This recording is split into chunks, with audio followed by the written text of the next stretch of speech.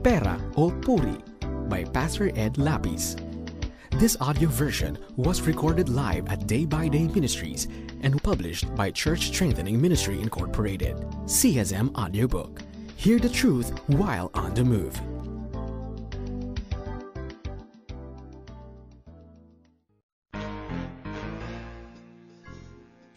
Kung kayo po mag-iisip, meron po dito mga above 40, may above 30, meron naman below 20. Magkano na ho at gaano karaming pera na ang dumaan sa inyong kamay?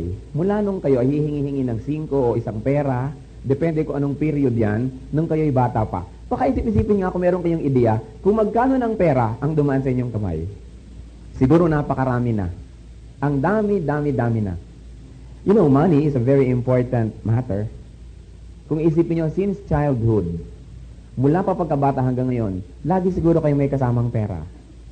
Hindi kayo umaalis ng bahay nang walang pera, hindi kayo lumalakad nang walang pera, hindi kayo kontento kahit nasa loob ng bahay nang walang pera. And so, kung isipin natin, ang napakatagal na natin palang kasama at kapartner sa buhay, bukod sa mga tao, ay pera. Pera lagi. Marami mga tao, bihira lang nagkaka-Bible, kamakailan lang nagka-Bible, pero since time immemorial, may pera. Maski magkano, maski konti, maski marami. Dahil dyan, dapat nating i-recognize that money is a very important thing. But money is amoral. Ang money daw po ay walang immorality. Ang pera hindi nagiging masama o mabuti. Wala siyang morality. But money, because of its importance in our lives, lagi nating kasakasama, can cause righteousness or unrighteousness in our lives. Ang pera, hindi siya nagiging masama o mabuti, pero pwede niya tayong gawing masama o mabuti. So, napakahalaga pala ng ating attitude about money. Money is an inevitable part, hindi maaring iwasan na bahagi ng buhay. Kaya napakahalaga na kung ano ang ating attitude o ang ating pagtingin sa pera ay ating mapag-aralan. Sa ating pong pag-aaral ngayong umaga ay meron tayong 3 bagay na titingnan tungkol sa pera. The possession of money, the way to regard money, and the way to give money. Manalangin tayo. Panginoon naming Diyos, salamat po na Ikaw ay isang Diyos na buhay, interesado sa aming pang-araw-araw na pamumuhay. At tinuturuan mo kami, Panginoon, sa bawat hakbang na aming ginagalaw sa buhay na ito. Mangusap ka po sa amin sa isang mabisa at simpleng paraan. Kausapin mo ang bawat isa sa amin sa isang simpleng mensahe na aming mauunawaan. At hinihiling namin ang presensya ng iyong banal na Espiritu na siyang magbigay sa amin, Panginoon, ng bukas na kaisipan upang maunawaan namin ang iyong mensahe. We thank you, Lord. Quiet our hearts, still our minds, and let us concentrate on your truth. We pray this with thanksgiving in the name and on the account of Him who died for us, your Son, our Lord Jesus Christ. Amen. Pag-aaralan po natin yung pagpoposes ng pera, ang pagmamay-ari ng pera. Una sa lahat, dapat po nating maalala na ang lahat ng salapi ay pag-aari ng Diyos. All money belongs to God. Sabi po sa Haggai 2:8, "The gold is mine, and the silver is mine, says the Lord of hosts." Kanya yan lahat. Sabi po sa Deuteronomy 8:18, "But you shall remember the Lord your God, for it is He who gives you power to get wealth." Ang Panginoon ang nagbibigay sa atin ng kakayahan na kumita at magkaroon ng kayamanan. Siya ang nagbibigay ng kakayahan sapagkat Kanya ang kayamanan, siya lamang ang nagbibigay sa atin. Sabi po sa 1 Corinthians 4:7, "And what do you have that you did not receive?" At totoo nga naman, ano ang tinatangkilik nyo ngayon na nasa inyong poder ang hindi natanggap nyo lamang sa Diyos? Meron ba ditong ipinanganak na may bank account? May alahas siya paglabas niya sa kanyang sinapupunan ng kanyang ina? Meron na siyang pera, meron na siyang lupa, may bahay, may kotse? Meron na ba? Sabi, ano ba ang nasa inyo ngayon na hindi nyo lamang natanggap? Bigay lang ng Diyos. At dahil dyan, dapat nating maalala sa unang-unang ideya ng pagmamayari ng pera, hindi tayo kailanman may-ari niyan. Tayo, mga tagapangasiwa lamang. We are only stewards of God. Ingat yaman. We are only treasurers of God. We are not owner. Dahil ang lahat ng bagay ay pag-aari ng Diyos. Kung sa umpisa pa lamang ay atin pong pakakalimiin na tayo ay tagapangasiwa lamang, siguro alam na natin kung paano tayo kikilos. Hindi tayo ang tunay na may-ari ng lahat ng nasa ating buhay. Yan ay pahiram ng Diyos. At patago, pinapaingatan niya. Isa pa po, ang Diyos ang nagbibigay sa atin ng kakayahan para kumita. Sabi sa 1 Timothy 6:17, God richly provides us with everything to enjoy. God richly provides us. Ibinibigay niya ang lahat para ating ma-enjoy sa buhay. So God is not a killjoy. He possesses all money, but He also grants us the capacity to enjoy some of His money. Hindi gusto ng Diyos na maghirap tayo. Kumisan po may mga mahihirap sa inyo, ba't kaya kami mahirap? Siguro kalooban ng Diyos. Hindi po yan totoo. Hindi gusto ng Diyos na tayo ay maging mahirap. Sapagkat sabi niya, God richly provides us with everything to enjoy. At isa pa pong dapat nating maalala tungkol sa pera, God does not condemn money. Hindi po masama sa pagtingin ng Diyos ang pera. Nowhere in Scripture are we told that God condemns money. Walang katuroan ng Biblia na ang pera ay sinasabi ng Diyos na masama. At isa po nating dapat nalalahanin din tungkol sa possession of money, God provides principles in gaining wealth or money. Ang lahat ng pera, ang lahat ng kayamanan ay sa Diyos. At nagbigay po siya ng mga pamantayan kung paano tayo makakaparte. At kung paano tayo magkakaroon ng pera. Unang-una, sa pagtatrabaho. Ang pagtatrabaho po ay isa sa mga pamamaraan na ibinigay ng Diyos para tayo magkapera. Sabi sa Proverbs 14:23, in all labor there is profit, but mere talk leads only to poverty. Kalugod-lugod po sa Panginoon ang pagsusumikap at pagtatrabaho ng kanyang mga anak. Sabi sa 2 Thessalonians 3:10-11, if any man would not work, he must not eat. For we hear that there are some who walk among you disorderly, working not at all, but are busybodies. Sabi ni Paul, ang hindi magtrabaho, huwag kumain. Nabalitaan ko na meron sa inyo dyan, na wala nang ginawa kung hindi naman magsalita lang, makialam, magpunta sa bahay-bahay, magchismis, mambola, pero hindi kayo nagtatrabaho. Inuuton nyo yung mga may pera para kayo mabigyan. Sabi ng Panginoon, through Paul, kung hindi ka nagtatrabaho, huwag kang kumain. What can we practically learn from this? Huwag pong asahan o silipin ang pinagpaguran ng iba. Magtrabaho. Huwag tayong mamalimos. Meron pong common mistake ang ilang mga born-again Christians na palibhasat sila ay nasa family na ng Diyos. Akala nila, lahat ng pangangailangan nila, obligasyon ng kapatiran na ibigay. Dahil kapatid if you love me, kailangan buksan mo ang refrigerator mo sa akin. Totoo po yun. Tayo nagtutulungan. Pero hindi po gagawin nating obligasyon ng kapwa, tapos tayo walang ginagawa. Ngayon, hindi po ito ibig sabihin yung mga babae na nasa tahanan na walang trabaho, huwag kumain. Dahil meron po silang gawain. Sila ay housewives. Aba, kung susweldohan ng mga mister at mga misis nila, baka kulang pa ang sweldo nila. Kung susweldohan sa pag-aalaga ng mga anak, may libre kang katulong, meron kang libreng yaya, meron kang libreng janitor, meron kang libreng cook, meron ka pang inspirasyon. Aba, kung susweldohan ng mga misis, kulang. Kaya hindi po yan ang ibig sabihin niya, na wala kang trabaho, huwag kang kumain, nagtatrabaho sila, hindi lang sila employed sa labas. Ang ibig po natin sabihin, yung mga taong walang ginawa kundi tumiwangwang at tumunganga at pagkatapos umaasa na sila, pakanin ng kapwa. Alam niyo po, mali na tayo mga Kristiyano, akala natin, obligasyon ng iba na tayong pakanin. Kung talagang baldado na tayo at wala tayong magagawa, the church is here. Bakit pa tayo nandito kung hindi tayo magtutulungan? Pero hindi po natin tinotolerate ang mga katamaran. Yung mga tao na mga miyembro ni Indaing. Puro daing. Pag nakita mo puro daing, lalo na pag alam nilang bagong dating ang inyong dollars, heto na at daing. Hindi po tama yan sa Christian life. Ang iyong sinisilip pirmi ay yung pinagpaguran ng kapwa mo. Alam niyo po ang sabi sa Proverbs 6:6-8. Sabi niya, go to the ant, you sluggard, consider her ways and be wise. Without having any chief, officer, or ruler, she prepares her food in summer and gathers her sustenance in harvest. So, ikaw taong tamad, tingnan mo yung langgam, sabi sa Bible. Walang happy yan, wala yang amo, wala yang boss, pero, kita mo, trabaho ng trabaho, ipon ng ipon. Pagka may mga nakukuhang madidilihensya yung mga langgam, ang bilis, nandiyan na agad, kukunin na nila agad dyan. At pag nakita nyo yung buhat ng mga langgam, siguro 3-4 times their size. Ang pasan-pasan nila, inaakyat ng mga kisame, kung saan-saan dinadala. Para nga naman sa oras ng tagutom, marami silang food.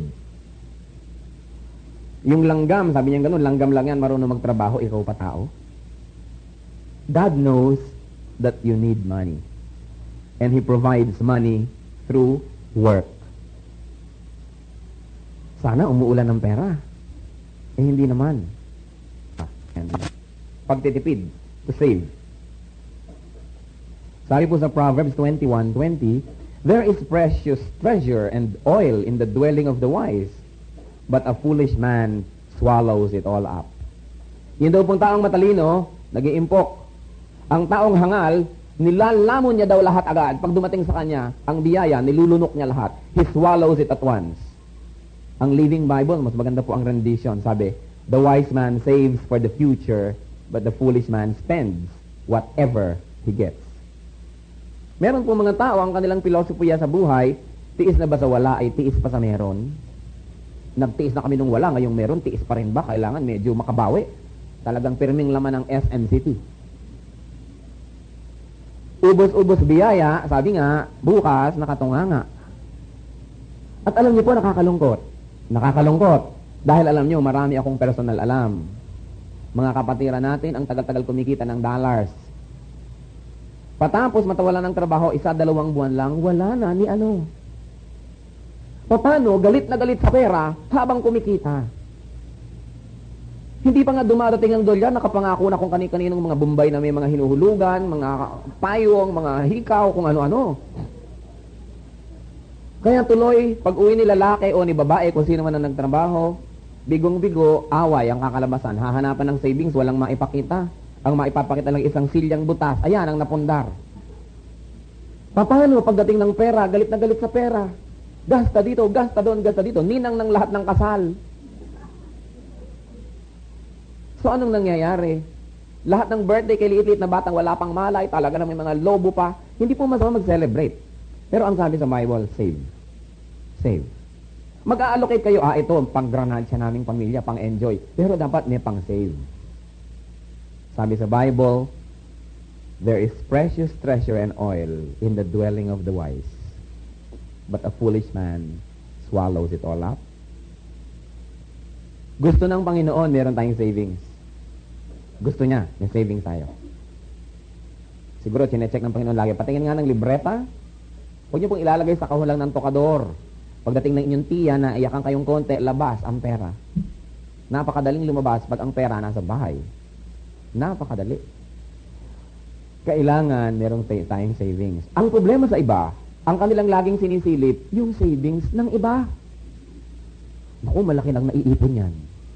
Kinukwenta-kwenta niya, ganito lang siguro ang gastos nila, buwan-buwan, ganitong kita, naku, marami na tong savings. At ang gustong papakin ng savings ng iba, very un-Christian, very indecent. Ang gusto ng Panginoon, meron tayong sariling savings. So gusto ng Panginoon tayong magkaroon ng kayamanan sa pagtatrabaho, sa pag-iimpok, at meron mo pong isa, sa pagpaplano. Sabi sa Proverbs 27, verses 23 to 24, know well the condition of your flock, and pay attention to your herds, for riches are not forever.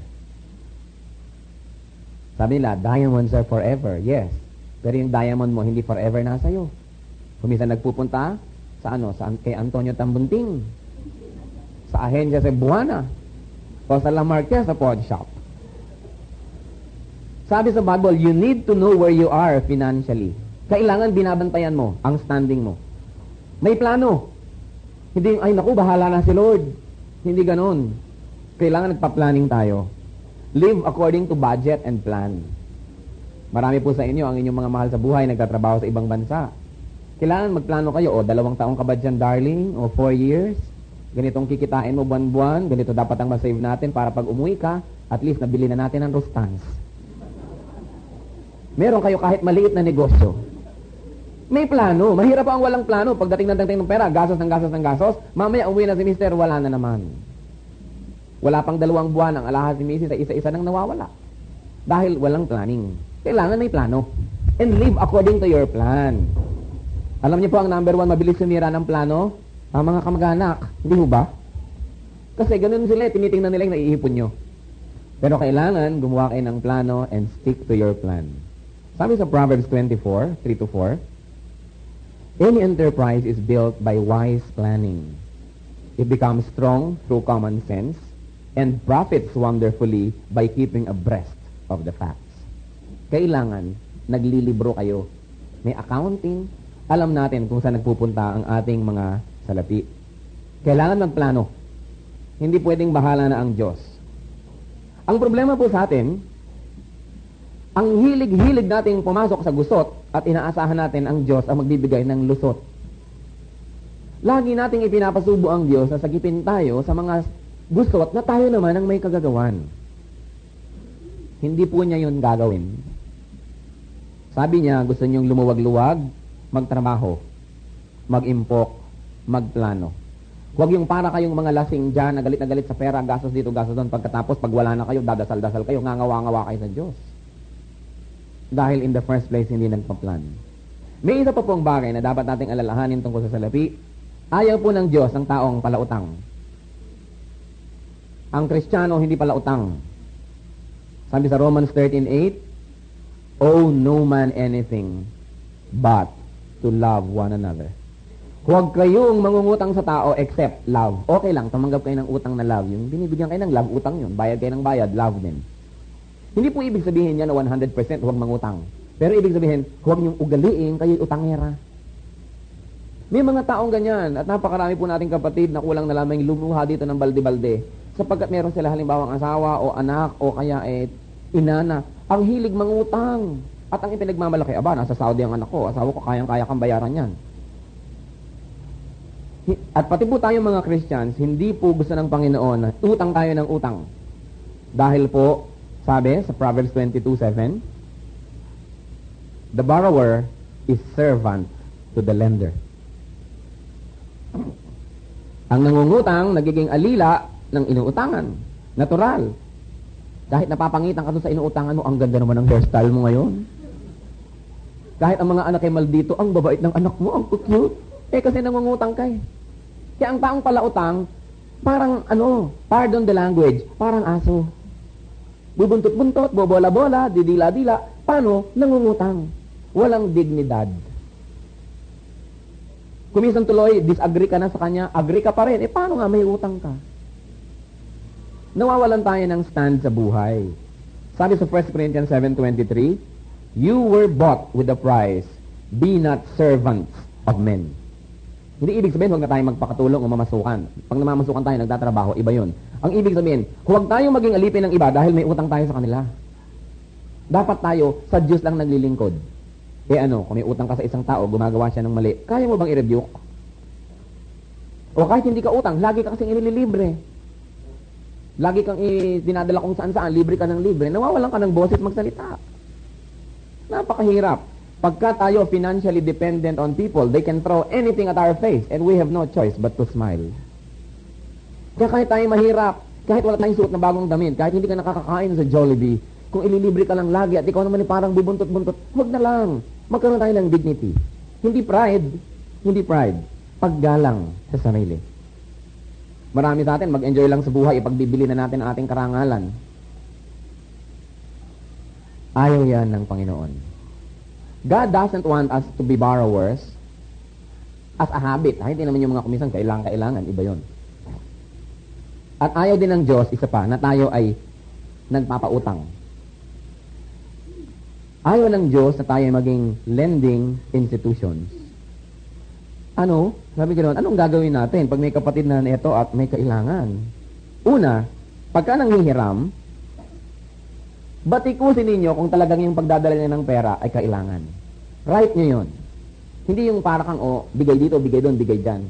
Para kang humihingi ng eleksyon sa mga tao. Hindi ganon. Ano ba talaga ang pangangailangan mo, kapatid? Bakit ba? Ganyan. If you determine that it is not necessary, don't lend. Ngayon, na-determine mo rin na necessary, still, don't lend. Bakit? Anong dapat? Kung kaya mo, ibigay mo. Huwag mo ipautang. But don't get me wrong. Hindi naman yung ang buong plano ng pamilya nyo, a savings nyo, ibibigay nyo. Ibig sabihin kung kaya. Don't steal from Peter to give to John. Kaya mo. halaga na alam mo naman na hindi naman madidisarrange ang iyong buhay, hindi mapapariwara ang iyong mga anak, ang mga plano mo sa buhay, huwag ipautang, ibigay. Ganyan ang Christians. Hindi tayo nagpapautang kasi nagbibigay tayo eh. Naku, nagdiliman ng mukha ng kongregasyon. Paano yan? Napakahapdi. Sabi nila. 1 John 3:17 and 18. Pakinggan niyo to. Sabi sa Bible. But if anyone has the world's goods and sees his brother in need, yet closes his heart against him, how does God's love abide in him? Little children, and in truth. Pinag-uusapan natin ng giving. That's the Christian concept of giving. Nangungutang. Hindi mo naman kailangan yan, hindi kita pautangin. Hindi ako believe sa reason mo. Kailangan mo pala. At meron naman ako ikakaya, hindi kita papautangin. Heto kapatid, sa'yo na. Yun ang Christianity. Yung iba yata, nagpapautang, may prenda pang hikaw. Sa mga Christians, kakilakilabot yan. Yung iba naman kasi kung walang prenda, tatakbuhan ka na. Kaya napakahirap. Kung ang lahat susunod sa prinsipyo, both sides, life will be orderly. Pero hindi naman yung eto na ngayon yung savings niya ng 10 taon kailangan mo magpaparinig ka at para ibigay sa'yo. Hindi ganun. Dahil kung kaya, dapat ibigay. Kung may nagpapautang pa ba naman ng 100 pesos, 50 pesos, siguro kaya na natin ibigay sa kapatid na tunay na may pangangailangan. Ang tanong, at ewan ko kung tanong nyo to sa inyong sarili, bakit lagi akong broke? Bakit lagi na lang ako walang pera? Bakit lagi na lang akong kapos? Ito ba'y naitatanong nyo sa inyong buhay? Kung ito'y nasasabi ninyo na bakit lagi akong kulang at kapos, test yourself sa mga susunod nating pag-aaralan. When you always don't have enough, ask yourself these questions. Una, do I really need more? Talaga bang kailangan ko pa? O baka naman akala ko lang, sapagkat wala na akong kasiyahan, akala ko kailangan ko. Hindi ko pala kailangan, gusto ko. Iba po ang kailangan sa gusto. Baka naman kaya akala mo, lagi kang kapos, akala mo nangangailangan ka pa, hindi na pala. Sabi nga sa Bible, but if we have food to eat and we have clothes on our back, we shall be content. Yung iba, walang kasiyahan. Kaya laging kapos. Hindi kapos. Ang ideya nila kasi iba, kaya mukhang kapos sila.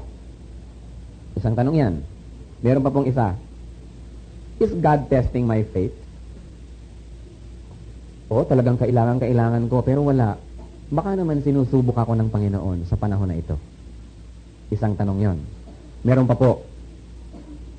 Baka naman, nadispal ko na, ang kutakot-takot ay pinagkatiwala ng Diyos sa akin noon. Kaya ngayon, ako'y grounded at dinidisiplina.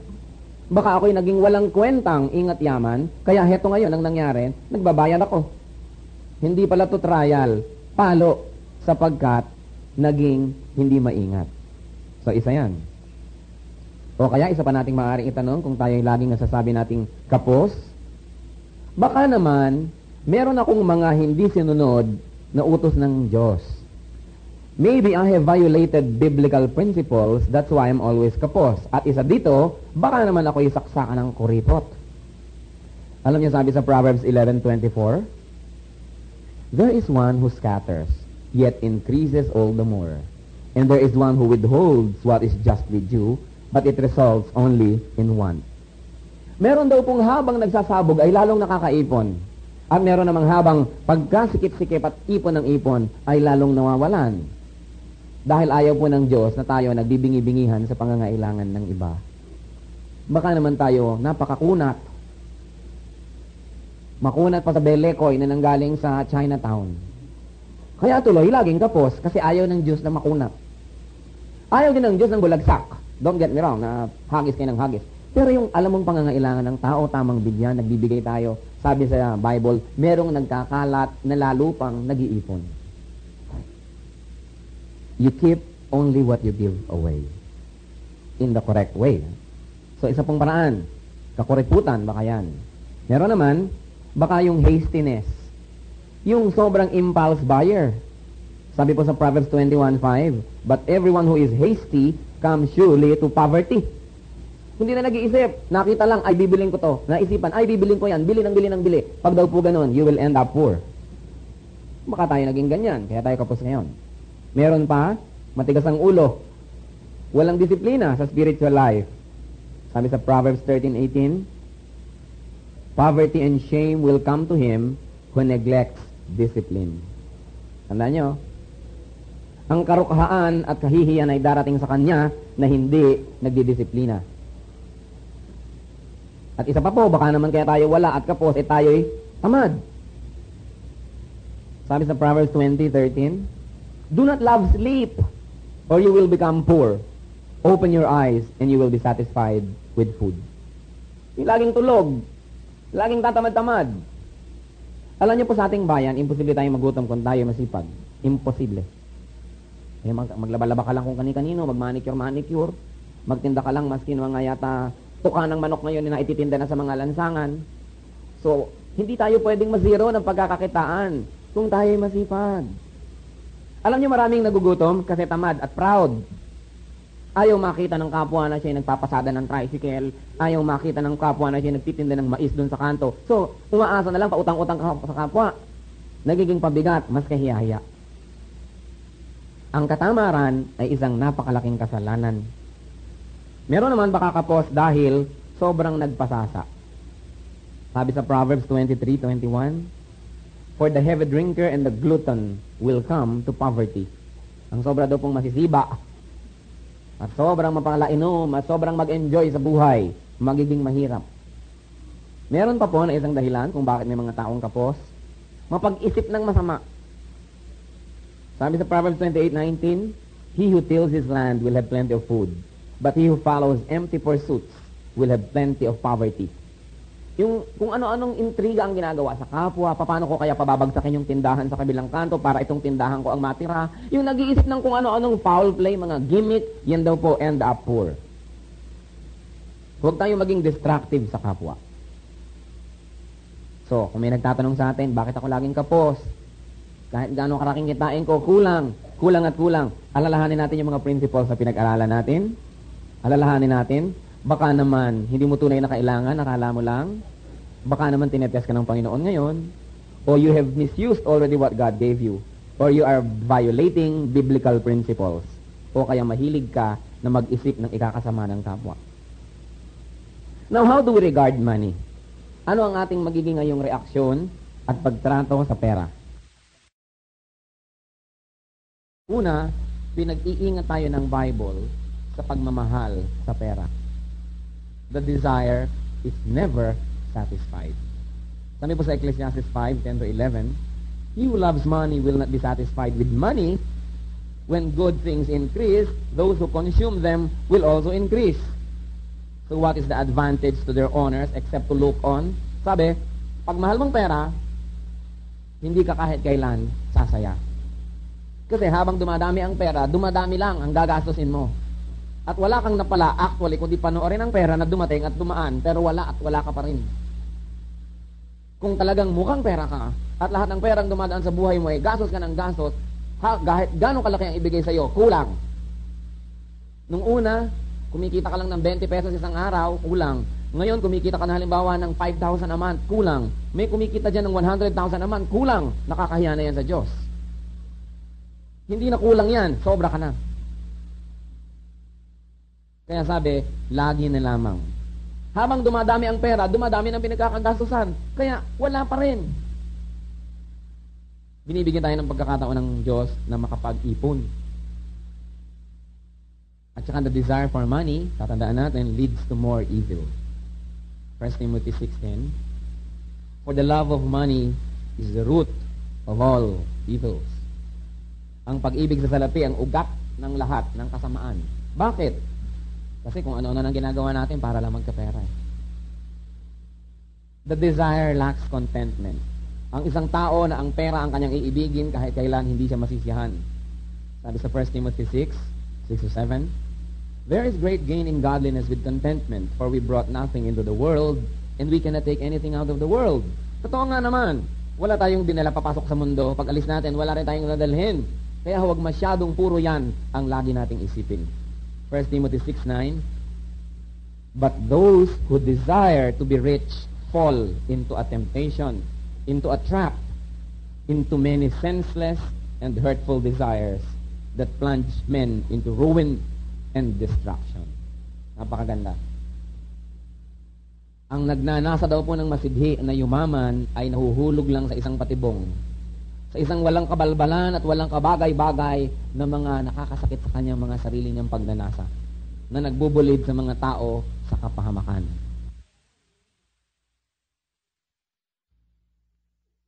And the desire for money separates man from God.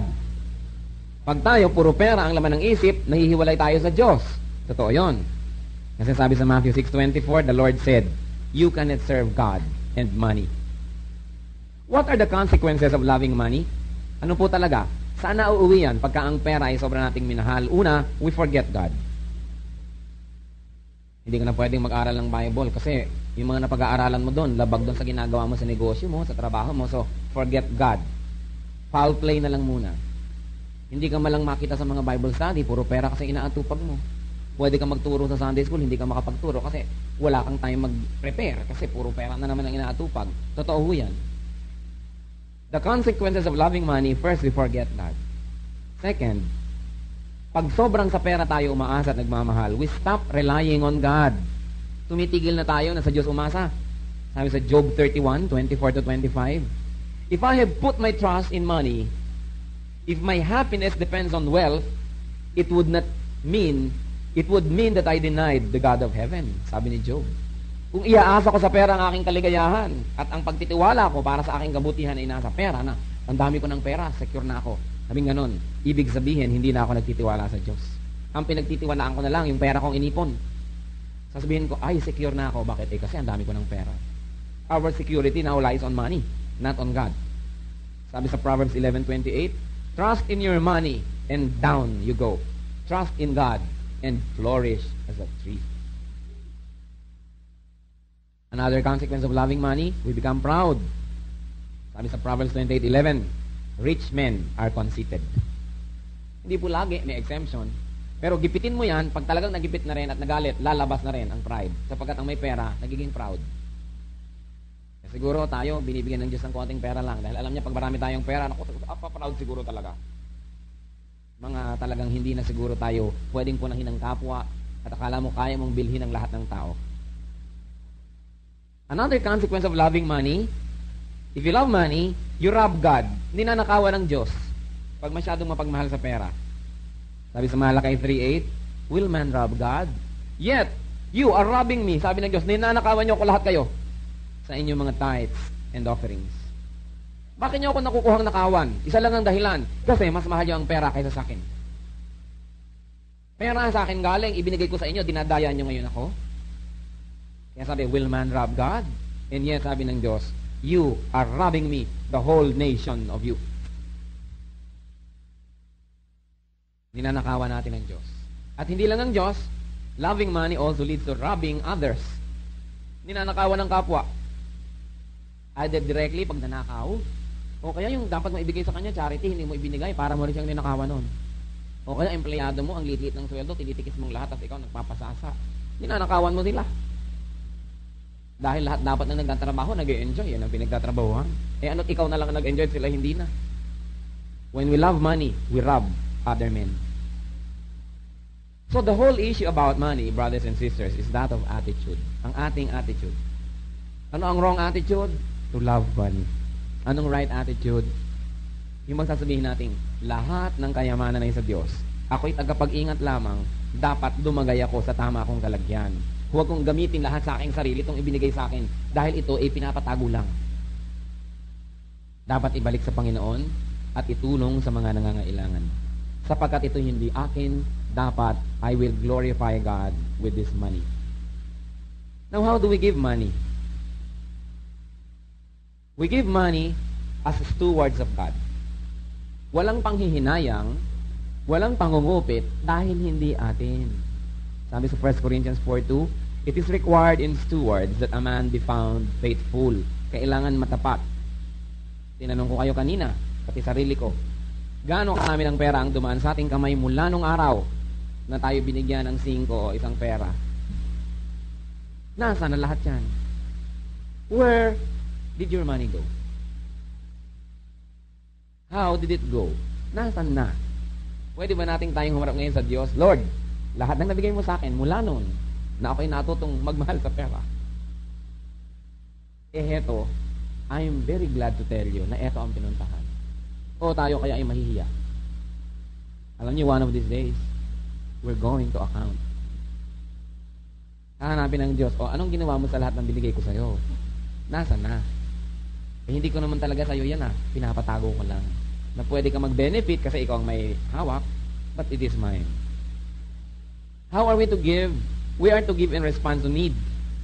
Alam niyo, sabi sa Acts 4:35, people sold their possessions, took the money, and laid them down at the apostles' feet, and distribution was made unto every man according as he has need.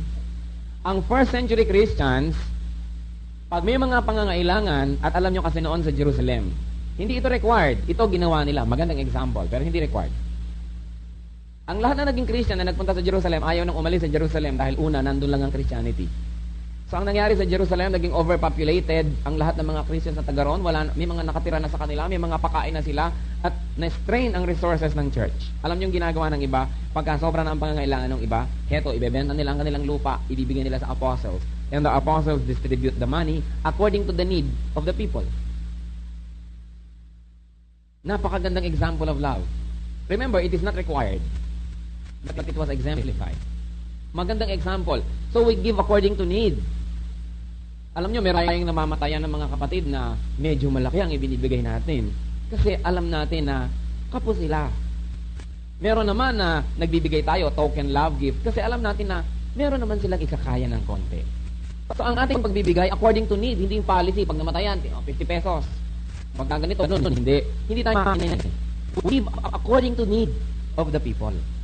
And also, we give according to our resources. Hindi mo sasabihin, basta buwan-buwan, magbibigay ako 100. Sabi, as the Lord prospers us, that's how we give. And so, giving should be in response to the need. Sometimes, may need ang ating church, we give more. Alam nyo, dumating sa time na sobrang marami tayong pondo, wala tayong offering, hindi tayo magko-collecta ngayon. Dumating sa nung time. Merong need. Kung walang need, walang tayong giving. It must be according to needs. And also, we should give in response to God's command. We should be systematic, merong purpose.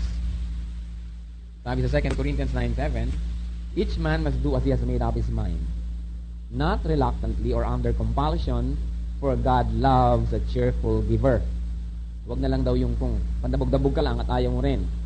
Paano tayo magbibigay? Sabi sa 1 Corinthians 16:2, ang isang magandang example, upon the first day of the week, let every one of you lay him in store as God has prospered him. Ang first day of the week, Sunday. The seventh day is the Sabbath, which is Saturday. Upon the first day of the week, let every one of you lay by him in store as God has prospered. Kung gaano ka binigyan ng Diyos, ganun tayo magbibigay. Hindi flat rate. Kung gaano tayo binless ni Lord. Because, sabing ganon, as God has prospered. Pero dapat iniisip, ipinagpe-pray, Lord, ano ba ang katanggap-tanggap sa iyo na offering ko sa iyo this week? Hindi yung kung kailan ano na lang maisipan ko, ano na lang maabot. Kasi hindi pinag-iisipan, hindi pinagpe-pray. Dapat prayerful. Na Lord, okay ba to sa iyo? Is this acceptable as you have blessed me? As you have prospered me? Tama ba to? Alam niyo naman ng Panginoon, hindi naman yan tetake ng sobra. Dahil hindi naman ng Lord magsamantala. The Lord owes nobody anything. Anything we give to Him, He gives back in return. Sabi niya, 100-fold. So, hindi tayo pwedeng malugi sa Diyos. Another aspect is giving should be sacrificial. Alam niyo, maraming lumalapit sa akin. Kuya Ed, magkano bang ibibigay ko talaga? Ano kaya? Sa gross o net? Hindi maintindihan kung sa gross o sa net. After tax ba o before tax? Pagka ba natanggal na lahat ang deduction at saka yun na lang. You know, ang tanong, we should not be legalistic. The tithe, the 10%, is under the law and we are not under the law. But of course, that's another topic. We'll talk about the tithe another week. But the point is, hindi tayo dapat legalista. Alam nyo si Zacchaeus. Kilala nyo si Zacchaeus? Sino nga nakakakilala kay Zacchaeus? Alam natin si Zacchaeus. Nung na-convert, he gave at least 50% for a starter. Hindi din, ha? Zacchaeus, sabi niya, half of my wealth I will give. At lahat ng dinaya ko, ibabalik ko with interest. Sabi ng Panginoon, tunay nga, save ka na. Hindi dahil nag-donate, kundi dahil alam natin ang pera, pinakahuling mahihiwalayan ng tao, nakakahiwalay nga sa asawa, pero sa pera hindi. Di ba? So ang tao, pag humiwalay na sa pera, sabi niya, talaga nga, mahal mo na ang Diyos. Sabi ni Lord, indeed, salvation has come upon this house. Yung marami sa atin, gusto natin, ang kasalanan natin noon pa, tubos, pero ang income natin, ngayon na lang ako mag-start. Di ba? Gusto po natin medyo lamangan ng konti ang Diyos. Kaya kung pwede pa ng after tax. So, anong nangyayari? Hindi tayo dapat legalista. Ang dapat lang nating isipin sa policy, hindi natin sasabing, hoy, magbigay kayong 10%, hindi nyo madidinig yan dito. 10% was under the law. We are not under the law, but under grace. So, kung ano ang leading sa atin ng Spirit, kung ano ang dealing sa'yo ng Diyos, dapat yun ang pakinggan natin. Sabi sa 2 Samuel 24:24, ito ang magandang policy. Sabi ni David, neither will I offer burnt offerings unto the Lord my God, which costs me nothing. Alam niyo, sabi ni David, hindi ako mag-aalay sa Diyos ng isang bagay na wala namang halaga sa akin. So we give sacrificially. Yung mahapdi, yung masakit, doon pa lang tayo tunay na nagbibigay. Eh kung pinapaluwag-luwag mo lang yung buso mo, tinatanggal mo yung mabibigat na barya, guminhawa ka pa noon, hindi ka nagbigay. Kaya sabi ni David, ito ang policy ko. Hindi ako magbibigay sa Diyos ng isang bagay na walang katuturan sa akin. Kailangan mahalaga. At kung mahalaga, therefore, masakit, mahapdi na ibigay. Pero mahalaga, yun ang ibibigay ko sa Kanya. Sapagat nang ang Panginoon ang nagbigay sa atin, hindi siya nagbigay ng barya-barya, ibinigay niya ang Kanyang anak na namatay para sa atin. Ang binigay niya, the best. Kaya sabi ni David, nakakahiya sa Diyos. Hindi ko siya bibigyan ng isang bagay na hindi naman lamang ako naapektuhan na parang baliwala sa akin because that is not giving. At alam nyo, giving is one of the strongest keys to spiritual fruit. Sabi ng iba, bakit kaya ako walang bunga sa spiritual life ko? Ang dapat nating itanong, baka naman tayo hindi giver kay Lord eh. May kinalaman yan. Alam nyo sabi sa Luke 16:10-11, he who is faithful in a very little is faithful also in much. And he who is dishonest in a very little is dishonest also in much. If you then have not been faithful in the unrighteous money, who will entrust you with true riches? Ang ganda. Sabi niya, bakit kaya ako walang bunga? Bakit kaya ako walang ministry? Bakit kaya ako walang magandang service kay Lord? Kahit anong gawin ko. Sabi, kung yung pera lang na pag-aari ng Diyos, hindi mo iningatan, bakit ka bibigyan niya ng tunay na kayamanan? At ano ang tunay na kayamanan? Yung nasa langit. Yung sabi ng Panginoon, mag-ipon ka ng kayamanan sa langit. How do we gather up treasures in heaven? By service. By ministry to the Lord. Kaya yung iba hindi nabibigyan ng ministry, hindi nabibigyan ng service. Therefore, hindi nabibigyan ng opportunity to gather up for themselves the true treasure. Eh, paano yung treasure lang na small time, pera, pahiram lang ng Diyos, dinaya pa Diyos. Kung yan na pag-aari ng Diyos, hindi mo pinangalagaan, paano ka pabibigyan ng Diyos ng para sa iyo na tunay mong wealth, which is wealth in eternity. Kaya yung iba, wala tayong wealth. If you cannot handle 100 pesos well, you can never handle 1 million. Sabi ng iba, yumaman lang ako, magdodonate naman ako eh. Yumaman lang ako, tutulong ako. Ay, itaga nyo sa bato, hindi tutulong yan kahit yumaman. Sapagkat konti na nga yung pera niya, hindi pa siya masyadong na-overall, hindi siya nagbibigay, dumami pa. Sabi, if you are not faithful with little, you will never be faithful with much. Kaya ang Panginoon, sabi niya, ang liit ibinigay ko sa iyo, hindi ka naging faithful, tapos aasahan mo, bigyan kitang malaki. Huwag na to eh. You want malaki, sa maliit hindi ka mapagkatiwalaan, malaki pa ang gusto mo ngayon. Di ba? Sabi ng Panginoon, no way. If you cannot handle money, you cannot handle that which is truly valuable. And what is that? A ministry in the Lord. Yan ang tunay na valuable. Sabi po sa Luke 16:12, and if you have not been faithful in that which belongs to another man, who will give you that which can be your own? Or, if you haven't been faithful with God's money as a steward, do you think God will give you your own effective ministry? And so in closing, I'd like to leave a few questions. Can God trust you with your own ministry? First, God must see that He can trust you with His money. It starts there. Sabihin natin, anong kinalaman ng pera sa ministry? Malaki. Kasi ang ating attitude, ang lumalabas dyan. Yun ang nabibisto.